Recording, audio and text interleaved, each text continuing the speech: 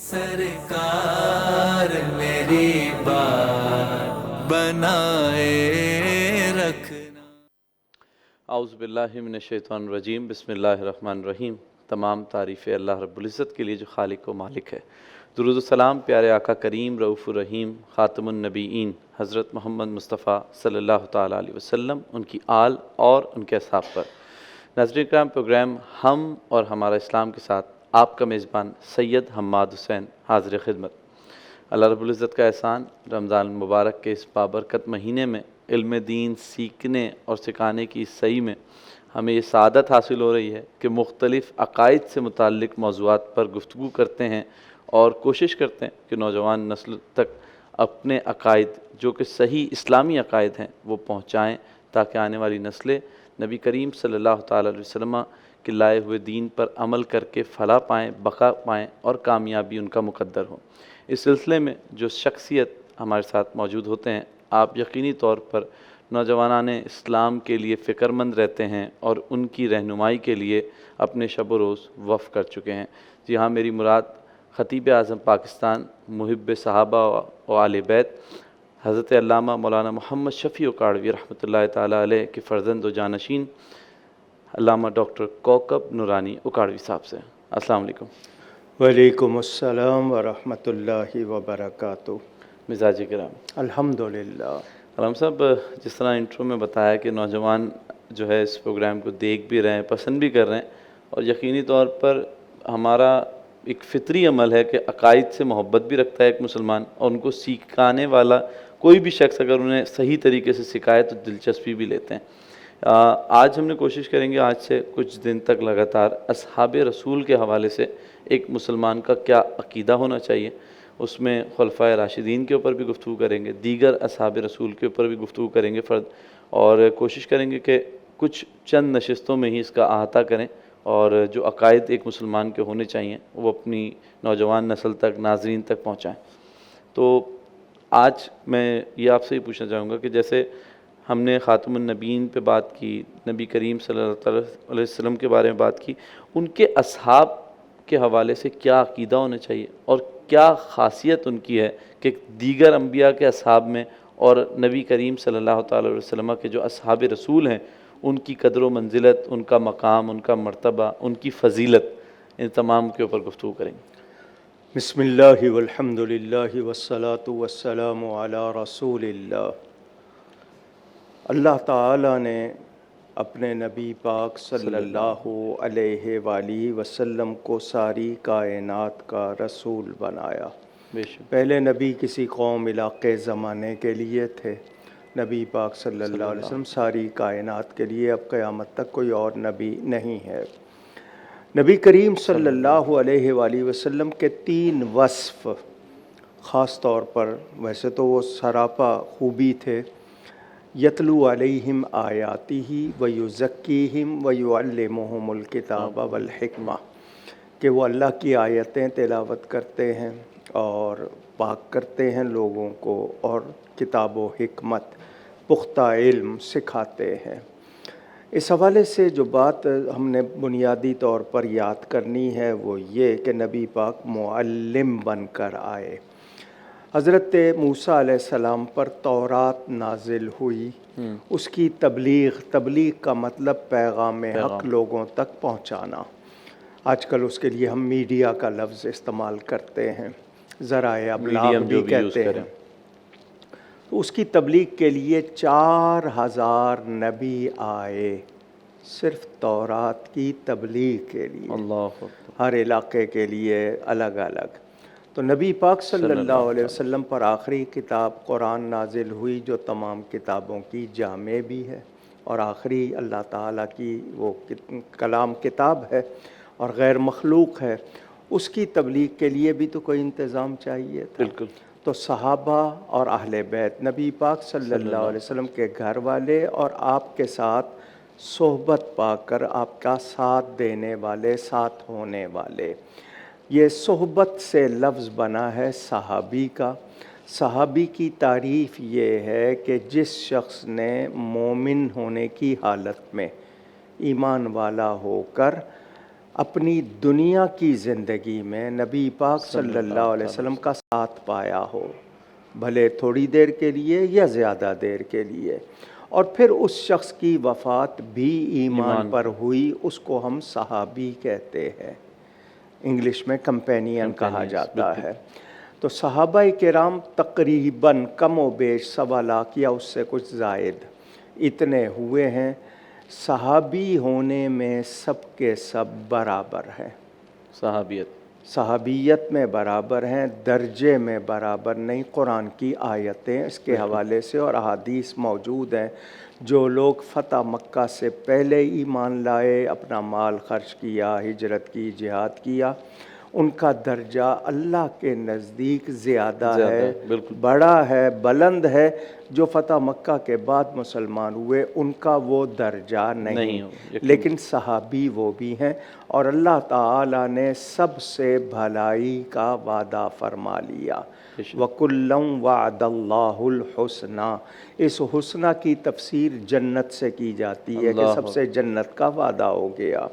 اور رضی اللہ عنہم ورضوا عنہ کے الفاظ قرآن میں کہ اللہ ان سے راضی اور وہ اللہ سے راضی۔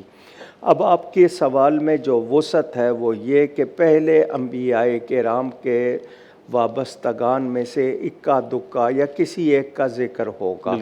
ہمارے پاس ان کے نبیوں کے نام نہیں ہیں، ہمیں سب تمام نبیوں کے نام نہیں ہیں، تو ان کے جو اصحاب ہوں گے اور جو ان کے حواری ہوں گے ان کا ذکر کہاں سے ملے گا؟ نمبر 1۔ نمبر 2 یہ کہ نبی کریم صلی اللہ علیہ وسلم ساری کائنات کے نبی بن کر آئے، قرآن آخری کلام ہے، تو اس کے لیے جو اہتمام ہوا وہ یقیناً پہلے سے بہتر اور بلند، اس کو ہم اعلیٰ کہیں گے۔ تو یہ اللہ تعالیٰ کا انتخاب ہے، اس نے نبی کے ساتھ کے لیے ان لوگوں کو چنا۔ تو جو اللہ کا انتخاب ہے، اللہ کے چنے ہوئے ہیں، اللہ نے ان کو برگزیدہ کیا ہے، تو وہ لوگ خاص ہو گئے۔ قرآن میں ان کے مومن ہونے کی گواہی خود اللہ نے دی، سچے پکے مومن ہونے کی، ان کے لیے انعامات کا ذکر کیا ہے۔ اب ان میں جو درجے ہیں وہ اس حوالے سے ہوں گے، اگر ٹائم ابھی ہے یا بریک کے بعد، کہ 313 اصحاب بدر، یہ تمام صحابہ میں زیادہ شان والے، پھر اس کے بعد احد والے، پھر بیعت رضوان والے، پھر ان میں 10 صحابہ ہیں جن کو عشرہ مبشرہ، جن کو جنت کی خوشخبری دی گئی۔ ان 10 میں پھر 4 ہیں، حضرت ابوبکر، حضرت عمر، حضرت عثمان، حضرت علی رضی اللہ عنہم۔ پھر ان سب میں اجماعی طور پر حضرت ابوبکر نبیوں اور رسولوں کے بعد افضل بشر ہیں، اس پر تحقیق ہے، اجماع ہے، اور یہ مسلمہ مانی ہوئی بات ہے۔ کوئی اگر انکار کرتا ہے تو اس کے انکار کی وہ حیثیت نہیں، یقینی طور پر۔ تو یہ صحابہ کرام اللہ کے برگزیدہ بندے، بڑی شان والے اور سچے پکے مومن۔ ٹھیک، علامہ صاحب جس طرح بھی آپ نے فضیلت کے حوالے سے گفتگو کی، تو ہم بریک کے بعد یہیں سے سٹارٹ کریں گے، اور تاکہ پھر ایک سیکوینس بن سکے فضیلت کے حوالے سے بھی، اور میں چاہوں گا کہ اس کے ساتھ جو آپ کو میں نے شروع میں انٹرو میں کہا تھا کہ دیگر جو انبیاء کے جو اصحاب ہیں ان کے مقابلے میں ان کی فضیلت، کیونکہ بہت سے لوگ ان سے بھی ان کا جو ہے مقابلہ کرتے ہیں یا پھر تقابل کرنا شروع کر دیتے ہیں کہ ان کے اصحاب اور ان کے اصحاب میں کیا فرق ہوگا۔ ناظرین کرام، ذکر ہو رہا ہے اصحاب رسول اور ایک مسلمان کے عقیدے کے حوالے سے، بہت ہی اہم ٹاپک ہے، اور جو ہماری نوجوان نسل ہے اس کے لیے تو یہ بہت ہی امپورٹنٹ ٹاپک ہے، کیونکہ اصحاب سے محبت بھی ہمارے ایمان کا ایک بہت اہم حصہ ہے۔ تو چلتے ہیں ایک بریک کی جانب، بریک کے بعد دوبارہ حاضر ہوں گے اور اسی موضوع کے اوپر علامہ صاحب سے گفتگو کریں گے۔ سرکار میری بات بنائے رکھنا۔ جی ناظرین کرام، بریک کے بعد دوبارہ حاضر خدمت ہیں۔ گفتگو ہو رہی ہے اصحاب رسول اور ایک مسلمان کے عقیدے سے متعلق۔ میرے ساتھ موجود ہیں علامہ ڈاکٹر کوکب نورانی اوکاڑوی صاحب، اور اس پروگرام میں ہم لائیو کالز بھی لیتے ہیں، اور لائیو کالز کا مقصد یہی ہوتا ہے کہ وہ سوالات جو آپ کے ذہنوں میں جنم لیتے ہیں اور چاہتے ہیں آپ کی جو مسائل ہیں وہ حل ہوں ان سوالات کے تھرو، علمی سوالات، تو کوشش کریں گے آپ کی لائیو کالز بھی اس پروگرام میں لیں اور ٹاپک سے ریلیونٹ ہوگی تو اور مزہ آئے گا۔ علامہ صاحب سے ہم گفتگو جو کر رہے ہیں وہ اصحاب رسول اور ہمارے جو عقائد ہونی چاہیے ان سے متعلق اس حوالے سے کر رہے ہیں۔ علامہ صاحب جس طرح بھی آپ نے شروع میں ذکر کیا فضیلت کے حوالے سے اور درجہ کے حوالے سے، تو میں چاہوں گا وہیں سے کنٹینیو کرتے ہیں۔ جی، پہلی بنیادی بات یہ ہے کہ ان کی ذات پر، ذوات قدسیہ، اصحاب رسول پر ہمارا اعتماد، اگر ہم کسی طرح ان کے بارے میں کسی شک شبے کا شکار ہوں گے تو ہمارے پاس دین کی صداقت کی کیا دلیل ہوگی؟ بالکل۔ چنانچہ قرآن نے کہا والذین اتبعوہم بإحسان، جو بھلائی کے ساتھ ان صحابہ کی پیروی کریں گے، ان کو فالو کریں گے، اللہ ان سے بھی راضی۔ ان لوگوں کو ہمارے لیے معیار بنا دیا گیا، یہ چیز ہمیں قرآن نے بتا دی کہ اس طرح ایمان لائیں جس طرح نبی پاک کے صحابہ ایمان لائے۔ یہ چیز مجھے اور تمام مسلمانوں کو یاد رکھنی ہے کہ وہ معیار ایمان ہیں۔ اللہ نے ان کی باتوں کو، ان کے کردار کو ہمارے لیے نمونہ بنا دیا ہے۔ اگر کسی ایک صحابی کی بھی بھلائی کے ساتھ پیروی کر رہا ہوں تو رضائے الہی کے لیے کر رہا ہوں۔ بے شک بے شک۔ وہ نبی پاک صلی اللہ علیہ وسلم کے فیض یافتہ ہیں، جو انہوں نے پایا، اب اس کی روشنی میں بات کروں گا۔ کسی طرح سے بھی کوئی شک ان کے بارے میں ڈالا جائے، ان کے کردار کے بارے میں کسی چیز میں، وہ میرے ایمان کے لیے مسئلہ بن جائے گا۔ میری عقل وہاں تک نہیں پہنچے گی، میں کوئی بات کر بیٹھوں گا، اپنا نقصان کر لوں گا۔ پہلی بات تو یہ ہو گئی۔ دوسری بات یہ کہ پہلے نبیوں سے ہمارے نبی پاک صلی اللہ علیہ وسلم کی شان بلند ہے۔ پہلی امتوں سے نبی پاک کی امت کی شان اللہ نے کنتم خیر امہ فرما دیا، بہترین امت ہمیں بنا دیا گیا۔ تو پہلے نبیوں کے اصحاب سے نبی پاک کے اصحاب کی شان زیادہ۔ کیا بات!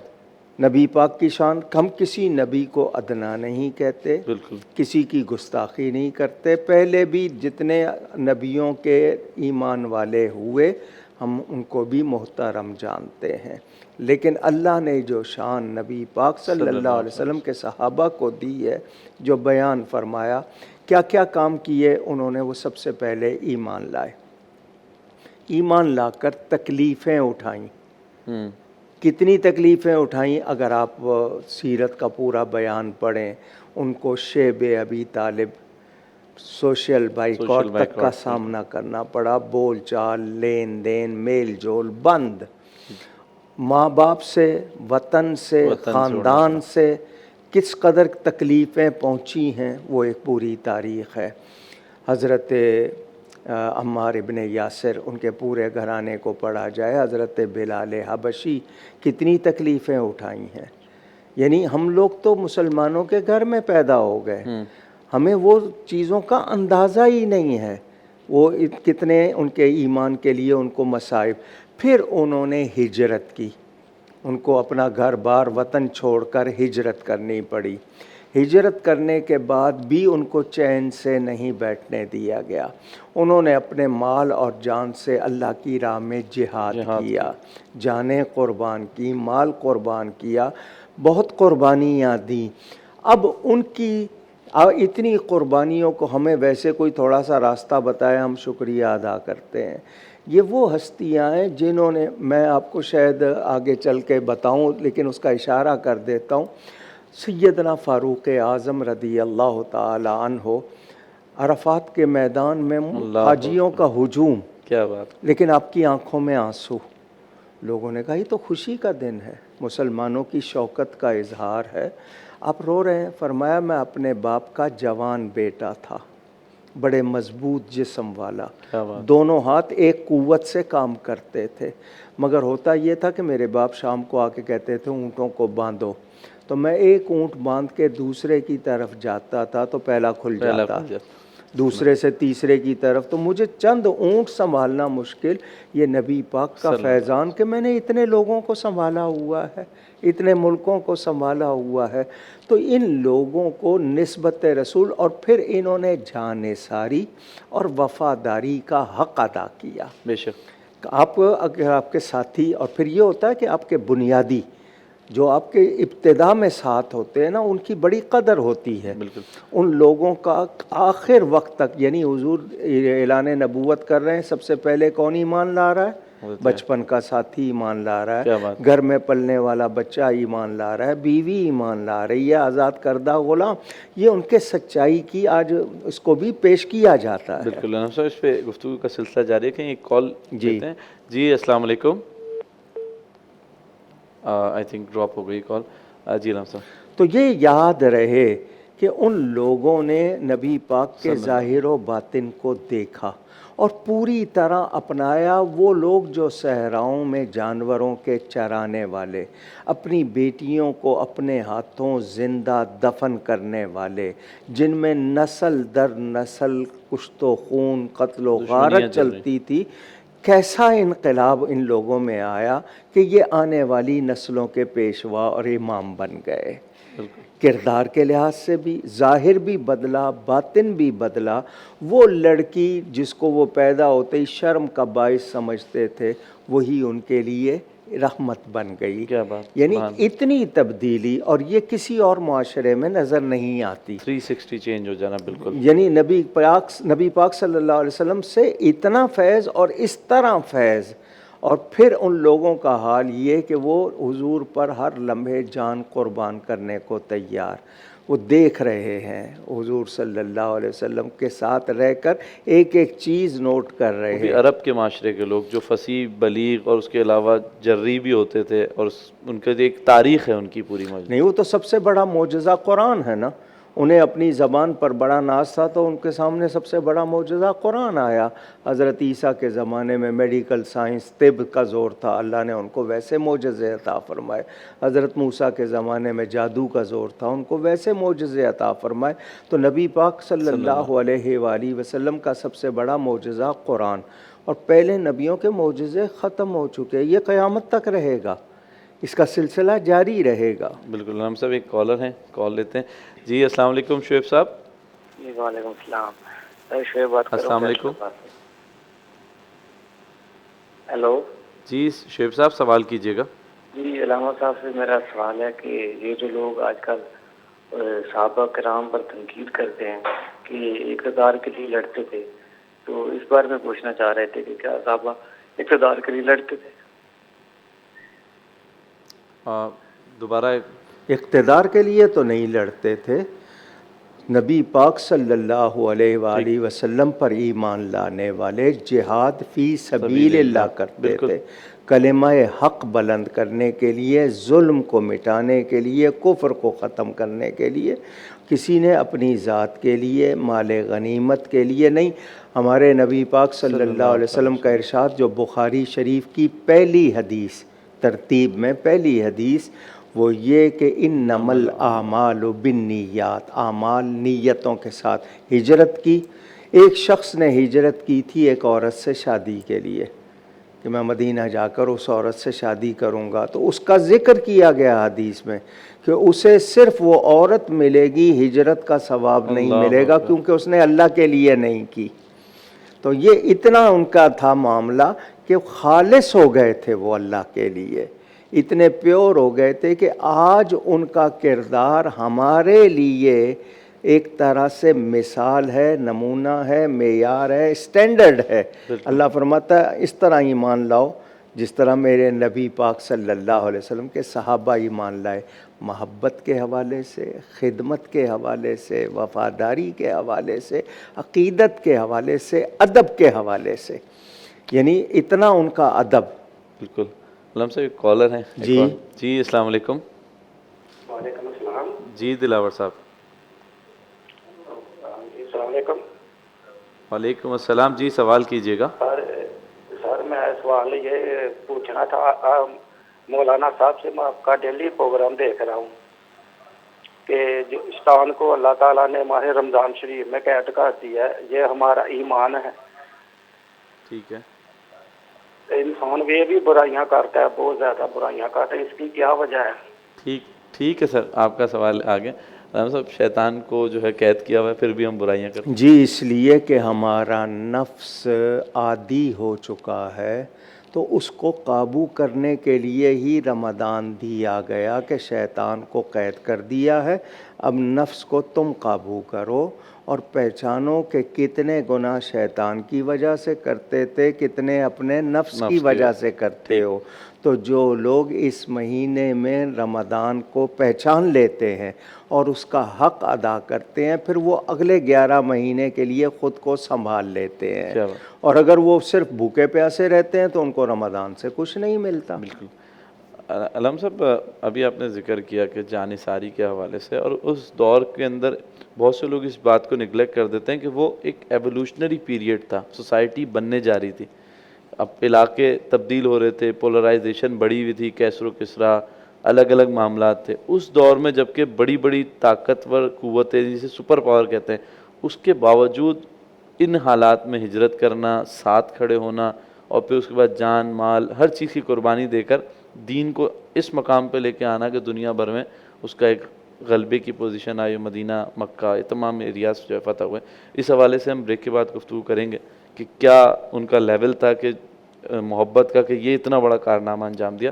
ناظرین، اب ذکر ہو رہا ہے اصحاب رسول کے حوالے سے، اور ان کے متعلق ایک مسلمان کا عقیدہ کیا ہونا چاہیے۔ بریک کے بعد دوبارہ حاضر ہوتے ہیں اور پھر اسی موضوع پر گفتگو کا سلسلہ جاری رکھیں گے۔ میرے سرکار میری بات بنائے رکھنا۔ جی ناظرین اکرام، بریک کے بعد دوبارہ حاضر خدمت ہیں اور گفتگو ہو رہی ہے اصحاب رسول سے متعلق ایک مسلمان کے عقائد کے حوالے سے، اور میرے ساتھ علامہ ڈاکٹر کوکب نورانی اکاڑوی صاحب موجود ہیں۔ کوشش یہ رہے گی کہ اس موضوع کے اوپر آئندہ چند نشستوں میں بھی گفتگو کی جائے، تاکہ یہ جو معاملہ ہے جو عقیدے کے حوالے سے اصحاب کے، وہ بالکل واضح ہو جائے، اور جو ہمارے ناظرین ہیں خاص طور پہ نوجوان نسل ہے ان کو اس حوالے سے زیادہ روشناس کرایا جائے۔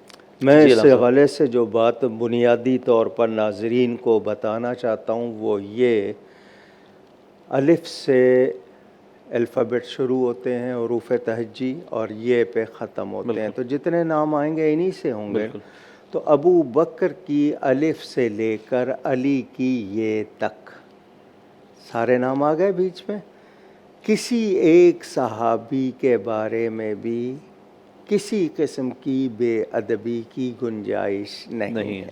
ٹھیک، ایک بات، صحابی کا درجہ کتنا ہے حدیث شریف میں کہ میرا صحابی مٹھی بھر جو، بالکل ہینڈ فل اللہ کی راہ میں دے، اور جو صحابی نہیں ہے وہ احد پہاڑ کے برابر سونا اللہ کی راہ میں دے، تب بھی صحابی کے درجے کو نہیں پہنچ سکتا۔ سبحان اللہ۔ حضور صلی اللہ علیہ وسلم نے فرما دیا، اللہ اللہ فی اصحابی، میرے صحابہ کے بارے میں اللہ سے ڈرو، ان کے آپس کے معاملات میں گفتگو نہیں کرنی، تمہارا ایمان چلا جائے گا، کیونکہ وہ اللہ نے ان کے لیے جو شان مقرر کر دی۔ اب تمہاری گفتگو تم اپنی عقلی بنیاد پہ کرو گے، اس کیفیت کو سمجھو نہ سمجھو، حقیقت واضح نہ ہو تم پہ، تو گفتگو نہیں کرنی۔ اگر کوئی تمہارے سامنے کسی صحابی کے بارے میں بد کلامی، بد زبانی کرے تو لعنت اللہ علی شرکم، کہو کہ تمہارے شر پر اللہ کی لعنت۔ یہ صحیح ترمذی میں حدیث موجود، ہمیں بتایا گیا۔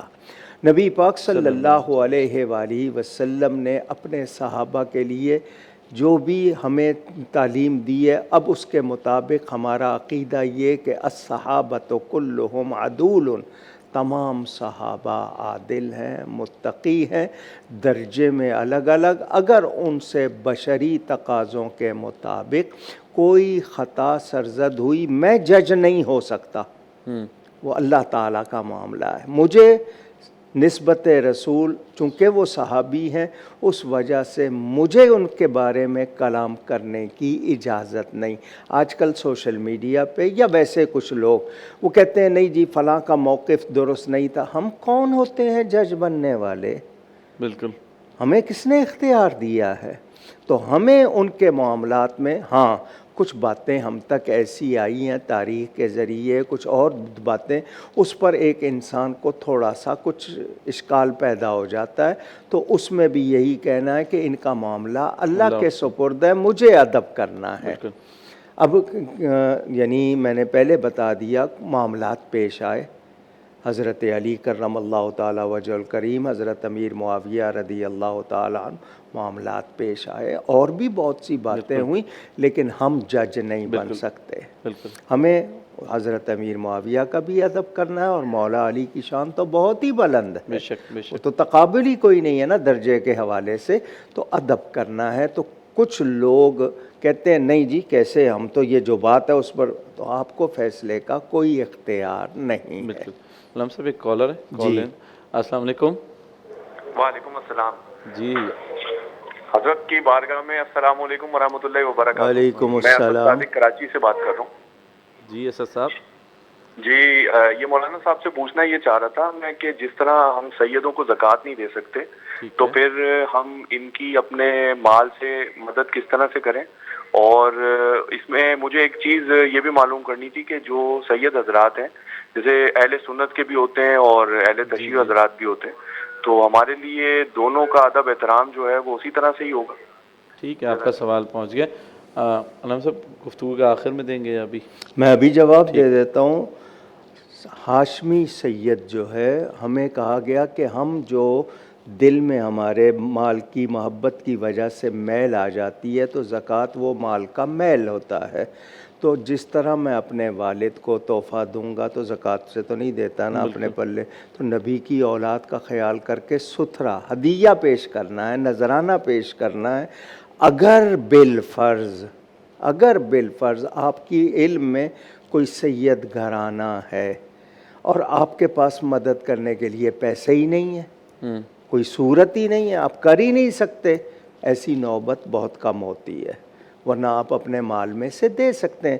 اگر ایسی کوئی نوبت آ جائے تو اس کو پھر بھوکا بھی نہیں چھوڑیں گے، آپ اس میں پھر حیلہ شرعی مجبوراً کریں گے ورنہ نوبت نہ آئے، لیکن یہ کہ ان کو ستھرے مال میں سے دینا ہے۔ فی زمانہ جتنی گلوبلائزیشن ہے تو ایک دوسرے سے رابطے کا تو اب ہاں جی، بالکل اور جو بھی یہ صحیح ذریعہ ہے۔ النسب سید ہے، صحیح النسب سید ہے، اس کا عقیدہ کفر تک نہیں جائے گا۔ بالکل اگر وہ اس کا عقیدہ کفر کی حد تک پہنچ گیا ہے تو اس کے نسب کا اس کو کوئی فائدہ نہیں۔ حضرت نوح علیہ السلام کے بیٹے کے لیے انہ لیس من اہلک، تمہارے اہل میں سے نہیں ہے، تو اس کا ایمان پر صحیح عقیدوں پر رہنا ضروری ہے۔ تو یہ ذہن میں رہے کہ ان کی بارگاہ میں ہدیہ پیش کیا جاتا ہے، تو آپ کوشش کریں کہ ستھرا مال ان کی خدمت میں بطور ہدیہ نذرانہ پیش کریں۔ ٹھیک ٹھیک۔ اب آ گئی بات پھر، اب صحابہ کرام رضوان اللہ علیہم اجمعین، یہ وہ جماعت ہے، مقدس جماعت ہے کہ ان کی برکت سے کیا کیا کام ہوئے۔ تبوک پر جا رہے ہیں، ایک کھجور پر 5 آدمی گزارا کر رہے ہیں۔ اللہ اکبر۔ اتنی وفاداری، یہ یقین کامل، جب آپ اندر آپ کے ایمان اتنا مستحکم مضبوط ہو جاتا ہے پھر آپ کا یہ درجہ آتا ہے۔ انہوں نے جو اسلام کے لیے قربانیاں دی ہیں، ہم تک اسلام کو صحیح طرح پہنچایا ہے، یہ ان کا احسان ہے، وہ اس امت کے محسنین کا درجہ رکھتے ہیں، تو ان کے بارے میں کسی شک کو راہ نہیں دینی ہے۔ اگر بالفرض کوئی ایک واقعہ کسی نے آپ کو سنایا، آپ اس پر یقین نہ کریں، کیونکہ اس کے بارے میں علماء نے تحقیق کر کے پورا واضح کر دیا ہے۔ تو پروپیگنڈا کرنے والے یہی چاہتے ہیں کہ ان ہستیوں سے ہمارا رشتہ کمزور ہو جائے، اور یہ رشتہ کمزور ہونے کا مطلب مسلمانوں کی وحدت ٹوٹ جائے۔ بالکل۔ تو ہم نے ان سازشوں کا شکار نہیں ہونا۔ تو صحابہ کرام ہوں، اہل بیت ہوں، مسلمان تو نبی کی نسبت سے خاک مدینہ کو محترم جانتا ہے۔ آنکھوں کا سرما، علامہ اقبال نے کہا نا، سرما ہے میری آنکھ کا خاک مدینہ و نجف، تو یہ ذہن میں رہے۔ تو جب ان تبرکات کا ہی اتنا ادب، تو جو ساتھ رہے، اور جن اور انسانوں میں ہی صحابہ ہے نا، باقی جتنی چیزیں نبی پاک کے ان سے تعلق رہا، اب سرزمین مدینہ، مکہ، جہاں جہاں نبی پاک کے قدم آئے ہم ان کو محترم جانتے ہیں، مقدس مقامات حرمین شمار کرتے ہیں، بالکل تو ذہن میں رہے۔ یعنی صحابہ کرام کے اگر واقعات دیکھے جائیں، اب ایک کمان کو ہاتھ لگا دیا ہے نبی نے، وہ صحابی کہتے ہیں اس دن کے بعد میں نے اس کو بغیر وضو چھوا نہیں ہے، اللہ اس لیے کہ نبی کے ہاتھ لگ گئے۔ حضور صلی اللہ علیہ وسلم کے 4 مؤذن تھے، ان میں سے ایک ابو محذورہ، لوگوں کو حضرت بلال کا نام یاد ہے، باقی کا نام یاد نہیں۔ ان کی پیشانی کے سامنے کے بال جب وہ اپنی پگڑی یا ٹوپی ہٹاتے تھے تو وہ نیچے تک آ جاتے تھے، باقی نہیں۔ کسی نے پوچھ لیا کہ یہ سامنے کے بال تراشے نہیں ہوئے، باقی تراشے ہوئے ہیں، تو یہ اتنے لمبے کیوں؟ آج کل کا تو زمانہ نہیں ہے نا کہ کوئی فیشن سمجھ لے۔ وہ یہ کہتے ہیں کہ یہاں نبی پاک نے ایک مرتبہ ہاتھ لگا دیا تھا۔ اللہ اکبر، اللہ اکبر۔ نبی پاک وضو کرتے ہیں تو صحابہ میں یوں لگتا ہے جنگ ہو جائے گی، کیوں کہ جو پانی نبی پاک کو لگے وہ زمین پر نہ گرے، ہمیں ملے، اور جس کو ملتا ہے وہ اپنے بدن پہ مل لیتا ہے۔ یہ اتنی عقیدت و محبت صحابہ کرام نے مثال، اللہ نے فرمایا اس طرح ایمان لاؤ جیسے صحابہ ایمان لائے۔ بالکل علام صاحب، اس موضوع پہ ہم یقینی طور پہ آئندہ نشستوں میں بھی گفتگو کریں گے۔ پروگرام کا آخری کلمات۔ بس یہی ہے کہ ہر انسان اپنے اخلاق سے، اپنے ایمان سے، اپنے کردار سے ثابت کرے کہ وہ مسلمان ہے۔ کیا بات؟ ہم میں کمزوریاں آ گئیں، ہم باتیں کرنے لگ گئے، عمل میں بہت پیچھے ہو گئے، تو صحابہ کرام کو معیار بنا لیں گے، ہمارے لیے راہیں بہت کشادہ ہو جائیں گی، آسان ہو جائیں گی، اور ہم اگر ان کی پیروی کر گئے تو ہم کامیاب ہو جائیں گے۔ گفتگو میں مجھ سے کہیں کوئی غلطی ہوئی ہو، اللہ تعالیٰ اس کے رسول صلی اللہ علیہ وآلہ وسلم کی بارگاہ میں توبہ کرتا ہوں۔